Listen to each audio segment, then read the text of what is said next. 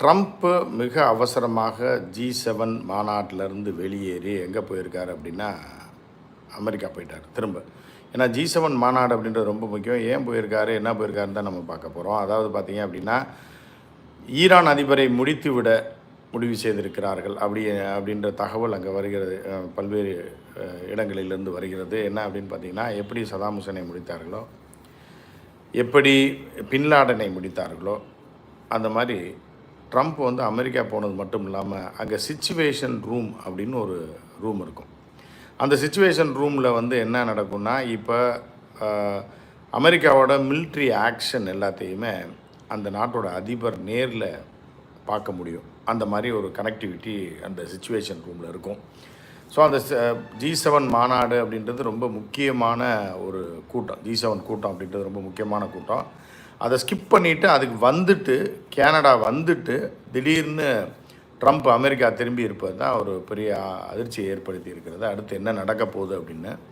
ஏன்னா ஏற்கனவே ட்ரம்ப் வந்து எச்சரிச்சிருந்தார். யாருன்னா, ஈரான் அதிபரை நேற்று இரவு, அதாவது அவர்களுக்கு நேற்று பகல் பொழுது, அப்போ என்ன எச்சரிச்சா இருந்தேன்னா, ஒழுங்காக வந்து சரணடைந்து விடுங்கள் அப்படின்னு சொல்லி. யாருக்கு? கோமெனி. எதுக்கு சரணடையணும் அப்படின்ற ஒரு கேள்வி இருக்கு இல்லையா. இப்போ ஈரான், அதாவது சும்மா இருந்த ஈரான் மேலே இஸ்ரேல் தாக்குதல் நடத்தியது. அணு உலை, அப்புறம் வந்து அணு செறிவூட்டல் நிலையங்கள் மீதும் அதன் விஞ்ஞானிகள் மீதும் தாக்குதல் நடத்தியது. அதே மாதிரி பார்த்திங்க அப்படின்னா இராணுவ தளபதியும் அடித்து கொண்டு விட்டாங்க. ஸோ அதற்கு பதிலடி தான் வந்து ஈரான் கொடுத்து கொண்டிருக்கிறது இஸ்ரேலுக்கு. இஸ்ரேல் என்ன நினச்சின்னா, நம்ம அடித்தா அவன் வாங்கிடணும், மித்த எவனும் என்னை அடிக்க முடியாது அப்படின்றது தான் இருந்தது. வான் பாதுகாப்பை போட்டிருக்கோம், எங்கள் அயன்டோமை தாண்டி ஒரு மண்ணாங்கட்டி நடக்காது, ஒன்றுமே பிடுங்க கூட முடியாதுன்ற மாதிரி இஸ்ரேல் சொல்லி கொண்டிருந்தது. ஆனால் இந்த முறை, கடந்த முறை ஈரான் தாக்குதலின் போது 70-80%, 90%ன்னு சொல்லலாம், 95%ன்னு சொல்லலாம், 95% ராக்கெட்டுகள் போய் இஸ்ரேலுக்குள்ளே விழுகவே இல்லை. ஏன்னா அயன்டோம் தடுத்துருச்சு. இப்போ அவர்கள்ட்ட ஆயுதம் குறைந்து விட்டதை இதை காட்டுகிறது. அயன்டோம் செயலிழந்து விட்டதை காட்டுகிறது. ஈரான் வந்து வேறு டெக்னாலஜி மூலமாக வேறு வேறு ரூபங்களில் பாலஸ்டிக் மிசைலை வைத்து மிகப்பெரிய தாக்குதல்களை இஸ்ரேல் மீது நடத்தி இஸ்ரேலை தீக்காடாக மாற்றி இருக்கிறது. இப்படி ஒரு தாக்குதலை இஸ்ரேல் என்ற மாதிரி ஒரு சூழலில் இந்த மாதிரியான ஒரு மிகப்பெரிய ஒரு பேரழிவு இஸ்ரேலுக்கு ஏற்பட்டிருக்குன்னு சொல்லலாம். டெல்லவீவ் நகரம் மட்டும் இல்லை, தலைநகர் டெல்லவீவ் மட்டும் இல்லை, அங்கே இருக்க மக்கள்லாம் சாரையாக விமானத்தில் ஏறி ஐரோப்பிய நாடுகளுக்கும் இரட்டை குடியுரிமை வைத்திருப்புகள் அது போன்ற நாடுகளுக்கும் போகக்கூடிய காட்சிகள் அங்கேருந்து வந்து கொண்டிருக்கிறது. ஸோ வந்து அது ஒரு பக்கம். அப்படின்னால ஹைஃபா நகரத்தில் அதோட 2வது பொருளாதாரத்தை, இப்போ நம்ம இந்தியாவில் வந்து மும்பை பொருளாதார நகரம்னு சொல்கிறோம், டெல்லி தான் நம்ம தலைநகரம். அது மாதிரி அங்கே ஹைஃபா போர்ட் அங்கே தான் இருக்குது. அந்த போர்ட்டையும் அதானி கம்பெனி தான் அதை மெயின்டைன் பண்ணுது அப்படின்ற ஒரு சூழலும் இருக்குது. அந்த ஹைஃபா போர்ட்டை நாசக்காடாக ஆக்கிவிட்டது ஈரான். எனவே மிகப்பெரிய ஒரு அழிவை சந்தித்திருக்கிற இஸ்ரேல். அதில் குறிப்பாக பார்த்திங்கன்னா, பொதுவாக எல்லாருக்குமே தெரியும் இஸ்ரேலை பற்றி சொல்லவானே. இஸ்ரேல் வந்து அமெரிக்காவுடைய ஒரு ஒரு ஒரு படைத்தளம் அப்படின்னு சொல்லலாம். அது ஒரு நாடு அப்படின்றத விட அமெரிக்கா யூஸ் பண்ணுற மிடில் ஈஸ்ட்டுக்கு செக் வைக்கக்கூடிய ஒரு படைத்தளமாக இஸ்ரேல் இருக்குது அப்படின்ற மாதிரி தான் பொதுவாக பார்க்கப்படுகிறது. ஸோ இந்த நிலையில் என்னென்னா, இப்போ அமெரிக்க அதிபர் ட்ரம்ப் வந்து அமெரிக்கா திரும்பியிருக்கார் இல்லையா, கனடாவில் வந்து G7 மாநாட்டே கட்டடிச்சுட்டு திரும்பியிருக்காரு. அது வந்து ஒரு சீரியஸான ஒரு இஷ்யூவாக பார்க்கப்படுறது. ஒரு வேளை வந்து ஏற்கனவே என்னென்னா, இதயத்துல்லா கோமேனியை வந்து முடித்து கட்டுவதற்கு இவர்கள் திட்டமிட்டிருக்கிறார்கள் அப்படின்றது தெரியுது. அவரும் தலைமறைவாக இருக்கிறார். அதில் வந்து அவர் என்ன சொல்லியிருக்கார் அப்படின்னு பார்த்தீங்கன்னா, உயிருக்கெல்லாம் நாங்கள் பயந்த ஆள் கிடையாது, இங்கே இல்லைன்னா நாங்கள் எங்களுடைய கடமையை செஞ்சுக்கிட்டு இருக்கோம் அப்படின்னு சொல்லி மத ரீதியான ஒரு பேச்சை அவர் பேசியிருக்கிறார். மத ரீதியாக அவர்கள் மதம் சார்ந்த ஒரு விஷயங்களை சொல்லியிருக்கிறார்.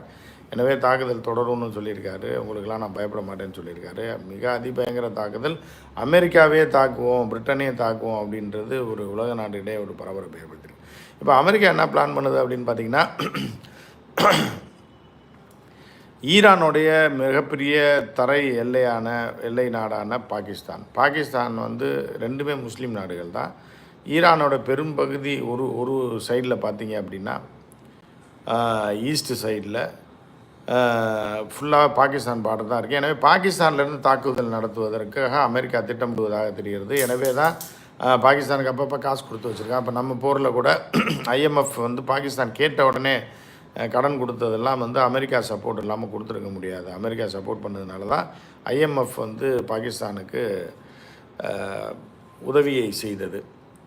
உடனடியாக லட்சக்கணக்கான கோடி, ஆயிரக்கணக்கான கோடிகளை பாகிஸ்தானுக்கு வழங்கியது. இதெல்லாம் எதுக்குன்னா, பாகிஸ்தானை கரெக்ட் பண்ணி வச்சுட்டோம்னா அங்கேருந்து நம்ம யாரை வேணாலும் தாக்கலாம் அப்படின்றதுக்காக அமெரிக்கா செய்த ஒரு வேலை அப்படின்னு தான் பார்க்கப்படுது. ஸோ இப்போ என்னென்னா, இப்போ அமெரிக்கா அந்த கொடுத்த கைக்கூலி கொடுத்ததுக்கு கைமாறாக என்னென்னா, பாகிஸ்தான்லேருந்து ஈரானை தாக்க முடியுமா அப்படின்னு பார்க்குறாங்க. ஏன்னா நேற்றைய முன்தினம் என்ன அப்படின்னு பார்த்தீங்கன்னா, இதே இதில் அதாவது கோமனி என்ன பண்ணார் அப்படின்னு பார்த்தீங்கன்னா, இஸ்ரேல் எங்கள் மீது அணு ஆயுத தாக்குதல் நடத்தினால் பாகிஸ்தான் இஸ்ரேல் மீது அணு ஆயுத தாக்குதல் நடத்தும் அப்படின்ற மாதிரி சொல்லியிருந்தார். இது அவர்களுக்கு ஷாக் ஆயிடுச்சு, அமெரிக்காவுக்கு ஷாக் ஆயிடுச்சு.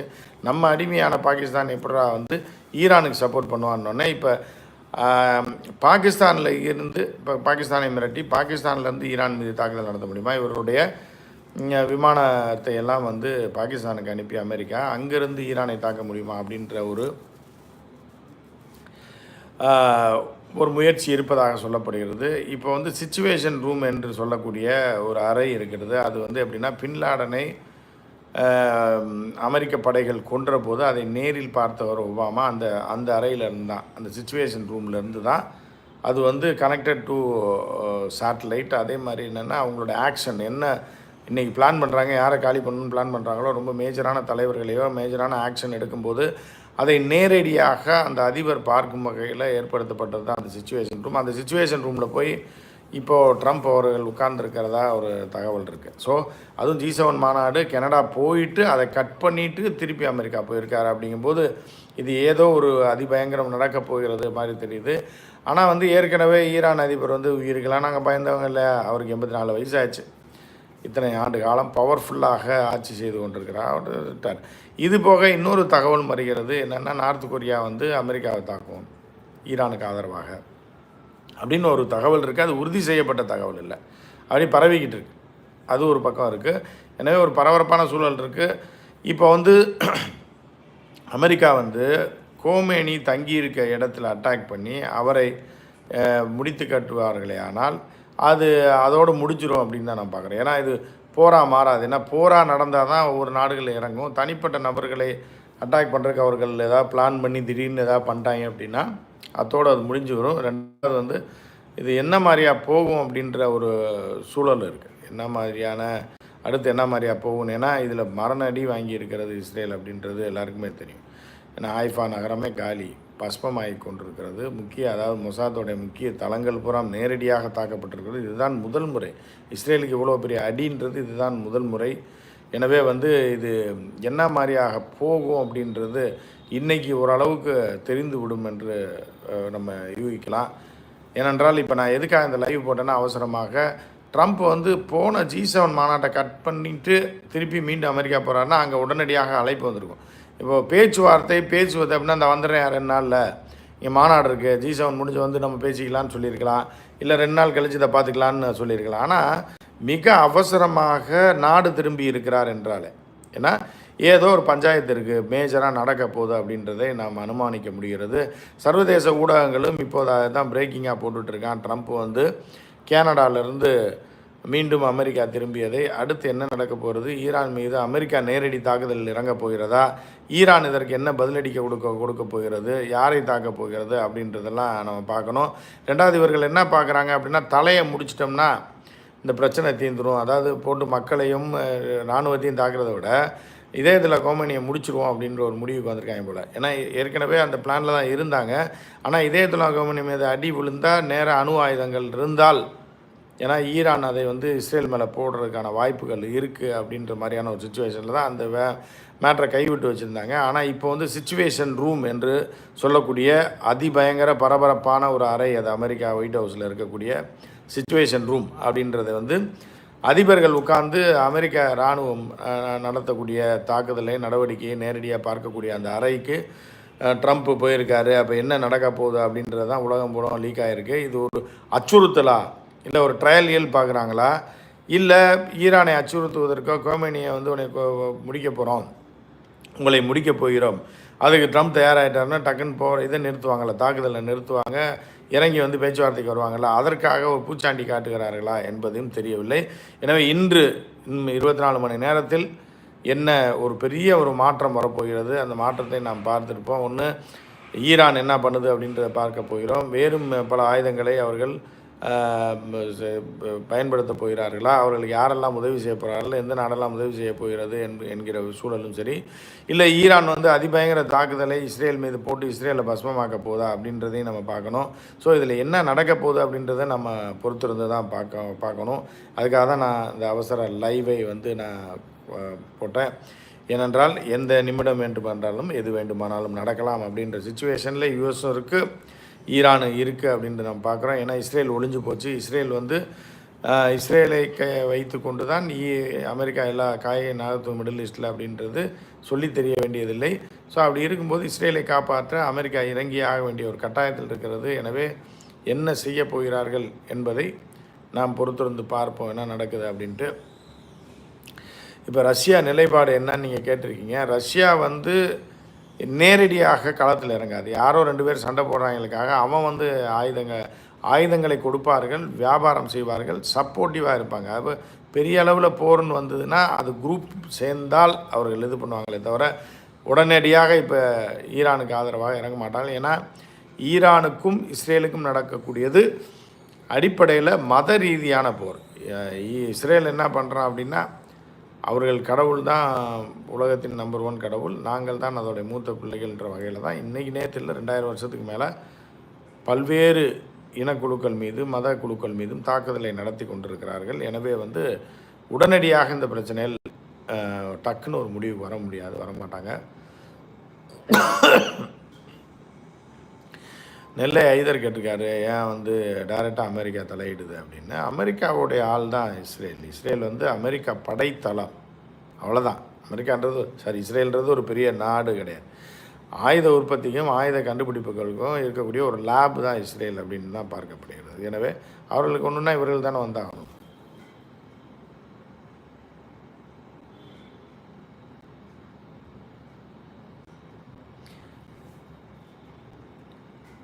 சைனா ரியாக்ஷன் பற்றி நீங்கள் கேட்குறீங்க. அப்போ சைனா வந்து நேரடியாக எந்த போர்லேயுமே இறங்காது. ஒரு விஷயம் நல்லா தெரிஞ்சுங்க. போர்ன்றது நம்ம நினைக்கிற மாதிரி டப்புன்னு இவன் அடித்தானா அவன் இவனுக்கு சப்போர்ட் பண்ணாம அப்படின்னு நினைக்க மாட்டாங்க. ஏன்னா சைனா வந்து சைனாவை போரில் இழுப்பது தான் அமெரிக்காவுடைய ஒரு செயல்பாடாக இருக்கிறது. ஏன்னா சைனா வந்து அசுர வளர்ச்சியை கொண்டு வருகிறது. டெக்னாலஜியில் இன்றைக்கி வந்து சைனா தான் அமெரிக்காலாம் மிஞ்சி எங்கேயோ போயிடுச்சு. எனவே ஒரு சண்டையில் இழுத்து விட்டு அவனை ஒழிச்சு கட்டணும் அப்படின்றது தான், அவன் பொருளாதாரம் வீணாகணும் அப்படின்றது தான் இது பண்ணுறாங்க. ஆனால் சைனா வந்து தன்னோட இராணுவ பலத்தை பல மடங்கு உயர்த்தி வைத்து கொண்டு அமைதியாக இருக்கிறது. அது ஒரு நாள் களத்தில் இறங்கினால் சில நாடுகள்லாம் காணாமல் போயிடும் அப்படின்றது உண்மை. எனவே சைனா வந்து நேரடியாக டக்குன்னு இறங்காது. ஆயுத உதவி செய்யலாம். இப்போ இன்னும் கூட நேற்று கூட வந்து ஒரு விமானம் சென்றிருக்கிறது ஈரானுக்கு. அவர்களுக்கு பெருமளவுக்கு ஆயுதம் கொடுத்துருக்கிறார்கள் அப்படின்ற தகவல்லாம் வருது. பட் ஆனால் அவர்கள் நேரடியாக இறங்கி அவர்களை அழித்துக்கொள்ள இப்போ ஈரானுக்காக போய் சைனா இறங்குச்சு அப்படின்னா நேரடியாக சைனா மேலே குண்டு விடுக்கும். சைனா மக்கள் நாசமாக போயிடுவாங்க. இவ்வளோ கஷ்டப்பட்டு இவ்வளோ பாலங்களையும் இவ்வளோ ஒரு சொர்க்கலோகத்தையும் ஒரு நவீன ஒரு உலகத்தையும் படைத்திருக்கிற சைனா அதை வந்து இழப்பதற்கு அவர்கள் தயாராக இருக்க மாட்டாங்க. நான் பேசிக்கலாம். ஈரானுக்கு வந்துடுவான் எவனும் வரமாட்டான். ஆயுதங்களை சப்ளை செய்வார்கள், பேக்கப்பாக இருப்பாங்க, சப்போர்ட்டிவாக இருப்பாங்க அப்படின்னு தான் நம்ம பார்க்க முடியுமே தவிர நேரடியாக இப்போ உடனடியாக களத்தில் குதித்து விடுவார்னு நம்ம சொல்ல முடியாது. இந்தியா யார் பக்கம்னு கேட்டிருக்கீங்க. இந்தியா வந்து இஸ்ரேல் அமெரிக்கா பக்கம் தான் இருந்து ஆகணும், இல்லைன்னா முடியாது. இந்தியாவுக்கும் பிரச்சனை வந்துடும். அதனால் வந்து இவர்கள் ஏற்கனவே இந்திரா காந்தி அம்மையார் இருந்த காலத்தில் அரசாங்கம் வந்து ஒரு தன்மானத்தோடைய ஸ்ட்ராங்காக இருந்தது. அந்த அப்படிப்பட்ட அரசாங்கம் இப்போது இந்தியாவில் இல்லை. இவர்கள் வந்து தொழில் செய்ய வேண்டும் என்பதற்காக எதை வேண்டுமானாலும் காம்ப்ரமைஸ் செய்வார்கள்ன்ற மாதிரி தான் இருக்குது. இவர்கள் இஸ்ரேலை ஆதரிப்பார்கள், அமெரிக்கா ஆதரித்து தான் ஆகணும். இப்போது உள்ள சூழ்நிலையில் அதை எதிர்த்தால் வேறு விதமான பிரச்சனைகளை மோடி சந்திக்க வேண்டி வரும்ன்ற. இந்தியா பெட்ரோல் கோல்டு ப்ரைஸ் பற்றி கேட்குறீங்க ரீசான். கட்டாயம். ஏன்னா இப்போ வரைக்கும் ஒன்றும் பிரச்சனை இல்லை. ஏன்னா இப்போ வரைக்கும் ஒன்றும் பிரச்சனை இல்லை. ஆனால் இன்னும் இது தீவிரமடையும் பட்சத்தில் பெட்ரோல் டீசல் விலைகள் உயர்வு வந்து நம்ம சந்திச்சே ஆக வேண்டிய ஒரு கட்டாயத்தில் இருக்கணும். கோமேனியை வீழ்த்தினால் இஸ்லாமிய நாடுகள் ஒன்று சேருமா? இஸ்லாமிய நாடுகள் மாதிரி டுபாக்கூர் எதுவுமே கிடையாது. நான் ஓப்பனாக சொல்கிறேன். ஏன்னா எல்லாமே அவர்கள் வந்து கால் நக்கிகளாக, அமெரிக்க கால் நக்கிகளாக சவுதி அரேபியாவும் சரி, யுஏயும் சரி, கட்டாரும் சரி மாறிவிட்டார்கள். எனவே வந்து அவர்களெல்லாம் ஒன்றாக வருவார்கள்னு வரவே மாட்டாங்க. அவர்கள் எல்லாமே அமெரிக்கா சார்பானவர்களாக மாறிவிட்டார்கள். அமெரிக்காவுக்கு மாவு கொடுத்து கொண்டிருக்கிறார்கள் அப்படின்றத நம்ம பார்க்க முடியும். ஏன்னா அமெரிக்கா தயவு இல்லாமல் சவுதி இயங்க முடியாது. பணக்காரர்களை பொறுத்தளவுக்கு நம்ம ஆங்கிள்லேருந்து பார்க்குறோம். ஆனால் பணக்காரர்களுடைய இது எப்படின்னா சண்டை போட மாட்டான். அடியால் வச்சு அவனையா போட்டு தள்ளுவான். அவனுக்கு வழக்கு செலவு பண்ணுவான். அவன் குடும்பத்துக்கு காசு கொடுப்பான். ஆனால் அவன் போய் கத்தியை தூக்கிட்டு நிற்க மாட்டான். அப்படின்னு எப்படி நம்ம சாதாரண இதில் லோக்கலில் பார்க்குறோமோ அதே மாதிரி தான் உலக நாடுகளில் பணக்கார நாடுகள் இறங்கவே மாட்டான் சண்டையில். இவனுக்கு வேணால் காசு கொடுப்பான், அடிபட்டான்னா மருந்து கொடுப்பான், இல்லைன்னா வந்து உணவுப் பொருளங்களை கொடுப்பானே தவிர நிச்சயமாக போர்லலாம் எந்த பணக்கார நாடும் இறங்க மாட்டான் தேவையில்லாமல். அவன் நாட்டுக்கு பிரச்சனை வந்தால் வருவானே தவிர நேரடியாக யாருக்கு சப்போர்ட்டாகவும் போரில் இறங்க மாட்டார்கள். அப்படின்றது தான் பணக்கார நாடுகளுடைய ஒரு இதாக இருக்கும். நீங்கள் பார்க்கலாம். இல்லை, இஸ்ரேல் வந்து பாம் போடாது. அமெரிக்காவை அதாவது மேக்சிமம் அவாய்ட் பண்ணுவாங்க. அதாவது அணு ஆயுதத்தை பயன்படுத்துவதை இஸ்ரேல் வந்து அவாய்ட் பண்ணுவான். உலக நாடுகள் எல்லாமே அவாய்ட் பண்ணுவான். அதுக்கு பதிலாக தான் அமெரிக்காவை கொண்டு வந்து அமெரிக்காவுடைய இராணுவ பலத்தை வைத்து ஈரானை ஒடுக்குவதற்கான வேலைகள் செய்வார்கள். அதில் வந்து அவர்களை முடித்து விடுவார்கள். அதனால் போட மாட்டாங்க. அப்படி ஆட்டம் பாம் போட்டால் யார் போடணும் அப்படின்னா ஈரான் வேணால் போடலாம். ஆனால் ஈரானுக்கும் அது தெரியும். நாம் வந்து அதை பயன்படுத்தினால் நம் மீது அமெரிக்காவோ இஸ்ரேலோ தாக்குதல் நடத்தும்போது நம் மக்களும் பாதிக்கப்படுவார்கள் அப்படின்றது அவர்களுக்கு தெரியும். அதனால் அவ்வளோ சீக்கிரம் எந்த நாடும் அணு ஆயுதத்தை பயன்படுத்தாது. அப்படி பயன்படுத்துறதுன்னா முன்னாடி ஈரான் பயன்படுத்துவதற்கான வாய்ப்புகள் இருக்குது. இல்லை, கிட்டத்தட்ட ஈரான் கதை முடிந்ததான்னு கேட்டிருக்கீங்க. கிட்டத்தட்ட முடிவுக்கு கொண்டு வர்றதுக்கான வேலைகளை தான் அவர்கள் செய்து கொண்டிருக்கிறார்கள்.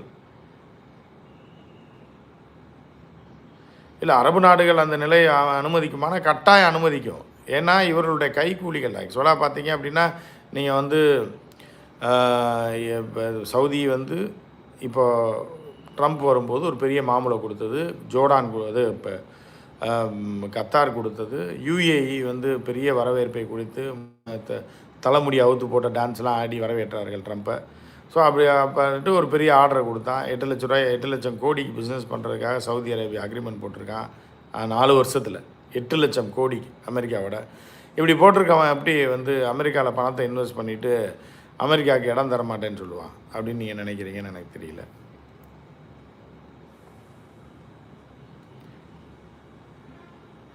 அதாவது இப்போதைக்கு இதன் முடிவு என்ன தான் இருக்கும் அப்படின்னு நீங்கள் கேட்குறீங்க. ஈரானை முடிப்பது தான் சர்வ வல்லமை படைத்த அமெரிக்கா வந்து அவர்களுடைய இதான இஸ்ரேல் எல்லாமே சேர்ந்து அவர்களுடைய முடிவாக இருக்கிறது. அது நம்ம பொறுத்து தான். இப்போ வாட் அபவுட் சைனான்னு கேட்டிருக்கீங்க. சைனா வந்து நேற்று ஒரு விமானத்தை ரகசியமாக அதை கண்டுபிடிக்காத வகையிலான அந்த உபகரணங்கள்லாம் வந்து அணைத்து விட்டு ஈரானில் உள்ள டெஹ்ரான் நகரத்தில் உள்ள விமான நிலையத்தில் அந்த விமானம் இறங்கியிருக்கு.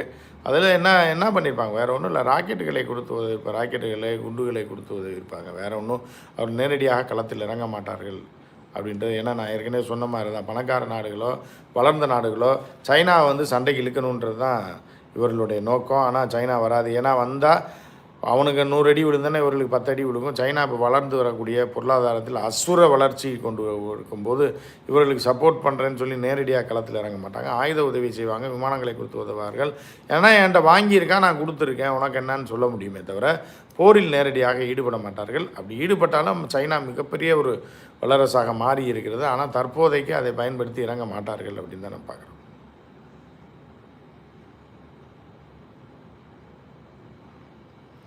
இப்போது ஈரான் வின் பண்ணுமான்னு கேட்குறீங்க. இப்போது வரை ஈரான் கைதான் ஓங்கி இருக்கிறது. இஸ்ரேலை நாசக்காடாக்கி இருக்கிறது ஈரான். அடுத்தடுத்து என்ன பண்ணுதுன்னு நம்ம பார்க்கலாம்.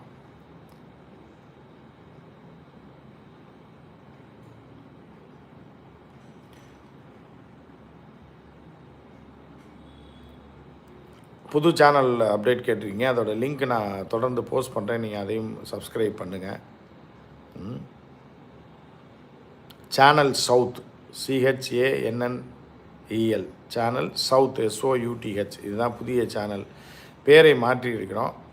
அதாவது ஃபஸ்ட் லைன் ஹிஸ்ட்ரின்னு இருந்ததை சேனல் சவுத்தாக மாற்றிருக்கிறோம். நீங்கள் வந்து அதில் சப்ஸ்கிரைப் பண்ணுங்கள். துருக்கி பற்றிலாம் கேட்குறீங்க, அதெல்லாம் சீன்லேயே வராது இந்த போரில். துருக்கியெல்லாம் வந்து எதுவுமே பெருசாலாம் ஒன்றும் பண்ண மாட்டாங்க.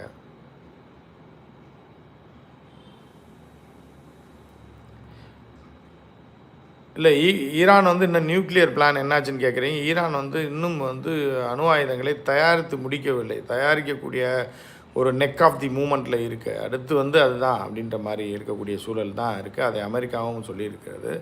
வேண்டுமென்றே அவர்களுக்கு ஒரே எதிரியாக இருக்க தைரியமாக அமெரிக்காவை எதிர்த்தும் இஸ்ரேலை எதிர்த்தும் தாக்குதல் நடத்தக்கூடிய 2 நாடுகள் தான். ஒன்று வந்து ஈரான், இன்னொன்று வந்து வடகொரியா. எனவே இது ரெண்டையும் முடிக்கிறது தான் அவர்களுடைய பிளான், ரொம்ப நீண்ட கால பிளான்னு.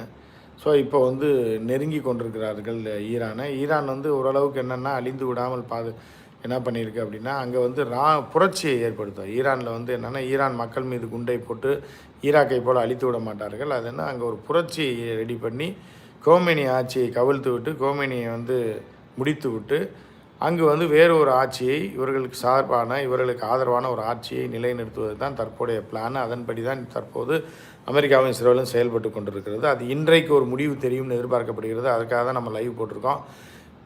இன்று இரவுக்குள் ஒரு மாற்றங்கள் என்ன நடக்க போகுது அப்படின்றது, இந்த ஈரான் இஸ்ரேல் சண்டையில் என்ன நடக்க போகுதுன்றது நமக்கு தெரிய வரும். இல்லை, ஈரான் இன்னொரு வியட்நாம்னு சொல்லியிருக்கீங்க. அதனால் என்ன பண்ணுவாங்கன்னா, மக்கள் மீது இவங்க தாக்குதல் நடத்த மாட்டாங்க. ஆட்சியாளர் கோமேனியை தாக்கி வந்து முடித்து விட்டு, அவரை அகற்றி விட்டு, வேறு இவர்கள் கைக்கூலியாக இருக்கக்கூடியவர்களை பொம்மை அரசாங்கம் அதை அமைத்து அதை வைத்து அவர்களை கேப்சர் பண்ண பார்ப்பாங்க. ஏன்னா அங்கே வந்து நீங்கள் வந்து பார்த்தீங்க அப்படின்னா என்ன நடந்ததுன்னா, சண்டை தொடர்ந்து நடந்தது. ஆனால் அங்கே உள்ள மக்கள்லாம் போராடினாங்க, மக்கள் மீதெல்லாம் குண்டை போட்டு கொண்டாங்க. ஆனால் இந்த முறை அந்த மாதிரி செய்யாமல் என்ன பண்ணுவாங்கன்னா, ஆட்சியாளர்களை மட்டும் தூக்கிட்டு ஆட்சியாளர்கள் மாற்றக்கூடிய ஒரு திட்டத்தில் தான் அமெரிக்காவும் இஸ்ரேலும் இருக்குது அப்படின்னு நம்ம பார்க்குறோம்.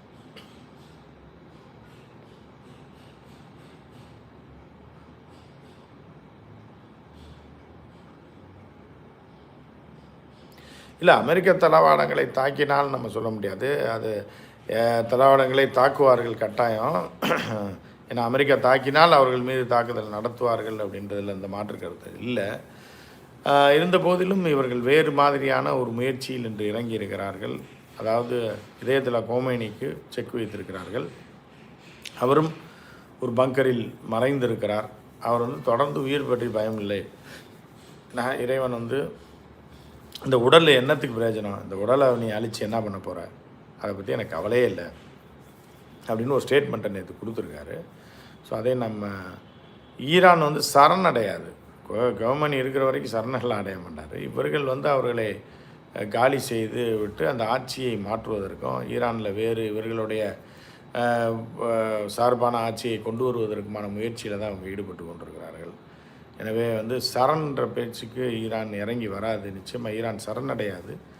ஒரு வீரமான ஒரு போராட்டத்தை முன்னெடுத்து, தாக்குதலை முன்னெடுத்து, அதில் வரக்கூடிய ரிசல்ட் என்னன்றது தான் நம்ம பார்க்கணும். அதில் புத்தின் சைலண்ட்டாக இருக்காரான்னு கேட்குறீங்க. புத்தின் வந்து நேரடியாக, நான் தான் சொல்கிறேன்ல, சைனாவோ ரஷ்யாவோ நேரடியாக களத்தில் இறங்க மாட்டாங்க. அவர்கள் வந்து அவர்களுக்கு இஸ்ரேலை அழிப்பது அவர்களுக்கு நோக்கமாக இல்லை. அமெரிக்காவுக்கும் சைனாவுக்கும் ஆகாது, அமெரிக்காவுக்கும் இவருக்கும் ஆகாது, ரஷ்யா புத்தினுக்கு ஆகாது தான். இருந்த போதிலும் இவர்களுக்கு சார்பாக போய் இறங்க மாட்டாங்க. எந்த நாட்டுக்கு சார்பாக இன்னொரு நாடு அமெரிக்கா போன்று இறங்கி வராது சண்டை. ஏன்னா அவர்களுக்கும் பாதிப்பை சந்திக்க வேண்டியது வரும், அவர்களுக்கு இழப்பு வரும். 2 நாடு வேறு 2 நாடு சந்திக்கும் போது நம்ம பொருள் எல்லாம் எப்படி இழப்போம், அதே மாதிரி 2 குண்டு நமக்கு மேலேயும் விழுகும், நம்ம மக்களும் பாதிக்கப்படுவாங்கன்னும் போது தேவையில்லாமல் எதுக்கு இறங்கணும் அப்படின்ற மாதிரி என்ன பண்ணுவாங்கன்னா, எப்போவுமே இந்த போரில் நீங்கள் வாட்ச் பண்ணி பார்த்தீங்கன்னா தெரியும், ஈரான் கூட அந்த ஸ்ட்ராட்டஜி தான் ஃபாலோ பண்ணியிருப்பாங்க. ஈரான் கூட என்ன பண்ணியிருப்பாங்கன்னா, ஹவுதிக்கு ஆயுதத்தை கொடுத்து அதை வச்சு இஸ்ரேல் அடிக்க விடுவான், ஹமாஸுக்கு ஆயுதம் கொடுத்து இஸ்ரேல் அடிக்க விடுவாங்க. உலக நாடுகள் கேட்டால் எனக்கு என்ன தெரியும், அவனுக்கும் உனக்கும் சண்டை, என்கிட்ட ஏன் கேட்குற அப்படின்னு ஒதுங்கிக்கலாம். அதே மாதிரி தான் வந்து நீங்கள் அமெரிக்காவும் இஸ்ரேலை வைத்து அடிக்க விடும். ஏன்னா எங்களுக்கு தெரியாது என்ன நடந்தது, இஸ்ரேலை ஒரு நிமிஷம் நீங்கள் சண்டையை நிறுத்துங்க அப்படின்னு பீலாக விடுவாங்க. ஆனால் அவர்களை வைத்து மோத விடுவார்கள். இப்படித்தான் சண்டை நடக்குமே தவிர நேரடியாக இறங்க மாட்டாங்க. அதே மாதிரி ரஷ்யாவும் பார்த்தீங்க அப்படின்னா ஈரானுக்கு ஆயுதங்களை கொடுக்கும், ஈரானுக்கு தேவையான உதவிகளை செய்யுமே தவிர நேரடியாக களத்தில் இறங்கி அமெரிக்காவை அடிப்பதோ இஸ்ரேலை அடிப்பதோ இவர்கள் யாருமே செய்ய மாட்டாங்க. அதை சைனாவும் செய்யாது, ரஷ்யாவும் செய்யாது. இதுதான் வந்து ஒரு பெரிய முக்கியமான விஷயம். நம்ம எதிர்பார்ப்பதெல்லாம் நடக்காது. நம்ம கண்ணாடியை போட்டு நம்ம பார்க்குறோம், நம்ம நடக்கணும்னு நினைக்கிறோம் அப்படின்னா கூட அது நடக்காது. அது வந்து இன்டர்நேஷ்னல் வார் ஸ்ட்ராட்டஜின்றது வேறு மாதிரியாக தான் போகும். நான் கடந்த காலத்துலேயே நீங்கள் அப்படி தான் வந்திருக்கும். நீங்கள் ஈராக் மீது தாக்குதல் நடத்தி சதாம் ஹுசேனை ஒழித்த போது கூட எந்த நாடு சதாம் ஹுசேன் பல நாடுகளோட நல்ல தொடர்பு வைத்திருந்தார். இருந்த போதிலும் அவருக்கு ஆதரவாக யார் இறக்குனாங்க? இந்தியா கூட தான் சதாம் ஹுசேனோட நெருக்கமாக இருந்தது. என்ன பண்ணாங்க? ஒன்றும் பண்ணல.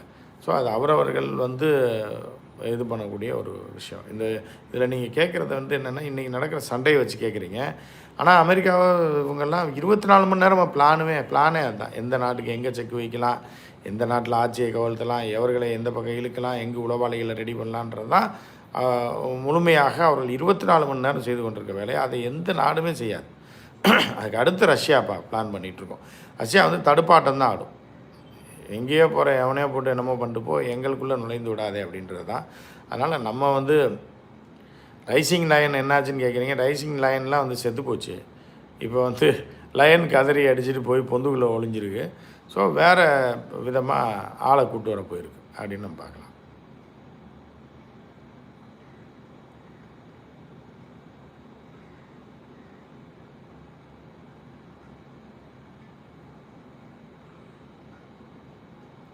இல்லை, ஈரான் தரைப்படையை அனுப்பியுள்ளது அப்படிலாம் இருக்குது. பட் ஆனால் வந்து என்னென்னா, இன்றைக்கி உள்ள போர் யுக்தின்றதும் போர் செயல்பாடுகள் என்பதும் போரை நடத்துவதும் முறையும் வேறு மாதிரியாக மாறிடுது. டெக்னாலஜிக்கலாக பயங்கரமாக மாறிடுச்சு. நீங்கள் தரைப்படையை அனுப்பிவிட்டு அந்த காலத்தில் வந்து தரைப்படையை அனுப்பிவிட்டு அந்த அதிபர் மாளிகையை கைப்பற்றி அந்த அதிபரை சிறை பிடித்து அந்த நாட்டை பிடிப்பதெல்லாம் இப்போ கிடையாது.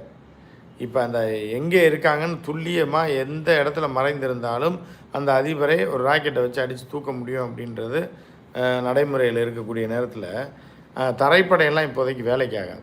தரைப்படை யாரும் வந்துடாமல் உள்ளுக்குள்ளே நுழைஞ்சிடாமல் சண்டை போடுறதுக்கு யூஸ் ஆகுமே தவிர தரைப்படையை வைத்தெல்லாம் இப்போது ஒரு நாட்டை பிடித்து விட முடியாது அப்படின்ற ஒரு சூழல் தான் இருக்குது. ஏன்னா சயின்டிஃபிக்காக நிறைய டெவலப்மெண்ட்ஸ் வந்துருச்சு. எல்லாமே அட்வான்ஸ் டெக்னாலஜி, சேட்டலைட் டெக்னாலஜியை பயன்படுத்தி தான் எல்லாம் நடந்துகிட்டு இருக்கும்போது தரைப்படையெல்லாம் வேஸ்ட்டு. கப்பல் படை கூட யூஸ் ஆகும். ஒரு நாட்டோட பக்கத்தில் போய் நம்ம தாக்குதல் நடத்துவதற்கு அதுக்கு அருகாமையில் உள்ள நாடுகள் நமக்கு ஒத்துழைப்பு நல்கவில்லை என்றால் அந்த நாட்டினுடைய கடல் எல்லை பக்கமாக நம்ம விமானம் தாங்கிய கப்பல்களையும் ஏவுகணை தாங்கிய கப்பல்களையும் அங்கே அனுப்பி நிறுத்தி அதனிலிருந்து தாக்குதல் நடத்தலாம். அதுக்கு கூட கடற்படை உதவுமே தவிர தரைப்படை அப்படின்றது 3வது இடத்துக்கு போயிடுச்சு. நீங்கள் வந்து 90ஸ்க்கு முன்னாடி தரைப்படை தான் முதல் இடத்துல இருக்கும். அதுக்கப்புறம் கப்பல் படை, அதுக்கு முதல்ல காலாட்படை போகும், கப்பல் படை போகும், அப்புறம் விமானப்படை போகும். இல்லைன்னா முதல்ல தரைப்படை போகும், விமானப்படை அதற்கு துணையாக போகும். அதெல்லாம் அந்த காலம். இப்போ வந்து ஃபஸ்ட்டு வந்து விமானப்படை தான் எல்லாத்துக்கும். விமானப்படையும் அதையும் தாண்டி இப்போ ட்ரோன்கள், ஆள் இல்லாத ட்ரோன்கள் வந்ததுனால விமானப்படைக்கு கூட ஆட்களோடு போவது குறைந்து இருக்கிறது. ட்ரோன்கள் தான் போய் தாக்குதல் நடத்துகிறது. இல்லை ஆள் இல்லாத ஐட்டத்தை தான் இப்போ போட்டுட்ருக்காங்க. இப்போ குறிப்பாக பார்த்திங்கன்னா ஏவுகணைகள், பேலஸ்டிக் மிசைல்ஸ் எல்லாம் பார்த்திங்கன்னா ஆளே தேவையில்லை. அதை ஆப்ரேட் பண்ணுறதுக்கும் சயின்டிஸ்ட் கண்டுபிடிப்பதற்கும் அதை உற்பத்தி செய்வதற்கு பணமும் இருந்தால் போதும் அப்படின்ற மாதிரியான சூழலில் போர்கள் மாறிவிட்டன. எனவே தரைப்படைகள்லாம் இனி வேலை இல்லை அப்படின்னு நம்ம பார்க்கலாம்.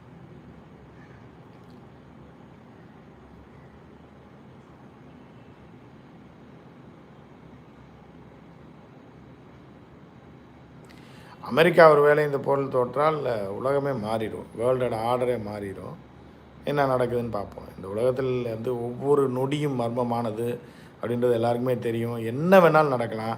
தொடர்ந்து ஒருத்தர் கையே ஓங்கி இருக்கும். அவர்கள் தான் ராஜாவாக நூற்றாண்டுகளாக இருப்பார்கள்லாம் சொல்ல முடியாது. என்ன நடக்கும்னு சொல்ல முடியாது. இப்படியும் சொல்ல முடியாது, அப்படியும் சொல்ல முடியாது. ஆனால் பொதுவான பார்வையில் எது நடக்கலாம் அப்படின்ற ஒரு வகையில் நம்ம சொல்லலாமே தவிர இதுதான் நடக்கும், இப்படி தான் நடக்கும், இவர்கள் இந்த நாடை அழித்து விடும், இந்த நாடு அந்த நாடை அழித்து விடும், இந்த நாடு தான் உலகத்தில் நம்பர் 1, இதுதான் ஜெயிக்கும் அப்படின்லாம் நம்ம சொல்ல முடியாது. பார்ப்பதற்கு அப்படி தெரிகிறது. பார்க்கிறதற்கு இந்த ஆயுதங்கள் இவர்கள் வைத்திருப்பதைக்கும், ஏன்னா கிட்டத்தட்ட 2400 சில்லற அணுகுண்டுகளை யார் வைத்திருக்கா? ரஷ்யா வச்சிருக்கு. ரஷ்யா தான் நம்பர் 1. அதை விட 100-150 அணுகுண்டுகள் குறைவாக அமெரிக்கா வைத்திருப்பதாக தகவல்கள் வருகின்றன.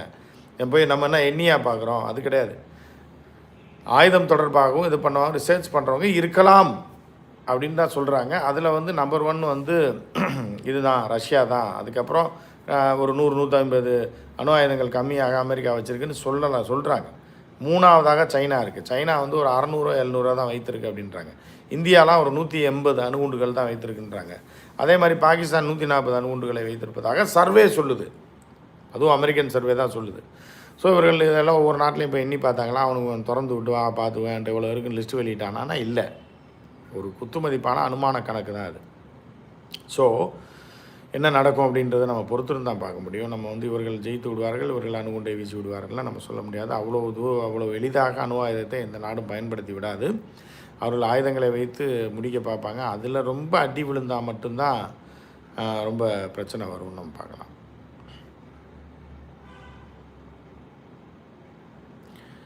அப்டேட் கேட்குறீங்க, அதை நான் தனியாக தரேன். அது திரைப்படம். ஏன்னா இப்போ ஒரு சீரியஸான சுச்சுவேஷனில் இருக்கோம். சர்வதேச அளவில் மிகப்பெரிய இது வந்து அடுத்த கட்டத்தை நோக்கி போட்டுச்சு அப்படின்னா பெரிய பாதிப்புகள்லாம் நமக்கு வரும். அதனால் என்னோடய படத்தை பற்றிய அப்டேட் நான் தனியாக உங்களுக்கு தரேன். இன்றைக்கி வந்து ரொம்ப மோசமான ஒரு சூழலில் இருக்குது சர்வதேச. இப்போ ஏன்னா அமெரிக்கா வந்து இப்போ ட்ரம்ப் வந்து எதுக்காக நம்ம இந்த லைவை போட்டோம் அப்படின்னா, கனடாவில் நடந்துற G7 மாநாட்டை ஸ்கிப் பண்ணிவிட்டு கனடா போன ட்ரம்ப்பு திரும்ப அமெரிக்கா வந்திருக்காரு அப்படின்றது சீரியஸாக சர்வதேச அரசியலில் பார்க்கப்படுகிறது. அது போக சிச்சுவேஷன் ரூம் அப்படின்னு சொல்லி வெள்ளை மாளிகையில் இருக்கக்கூடிய சிச்சுவேஷன் ரூமில் ட்ரம்ப் உட்கார்ந்துருக்கிறதா ஒரு தகவல் வருகிறது.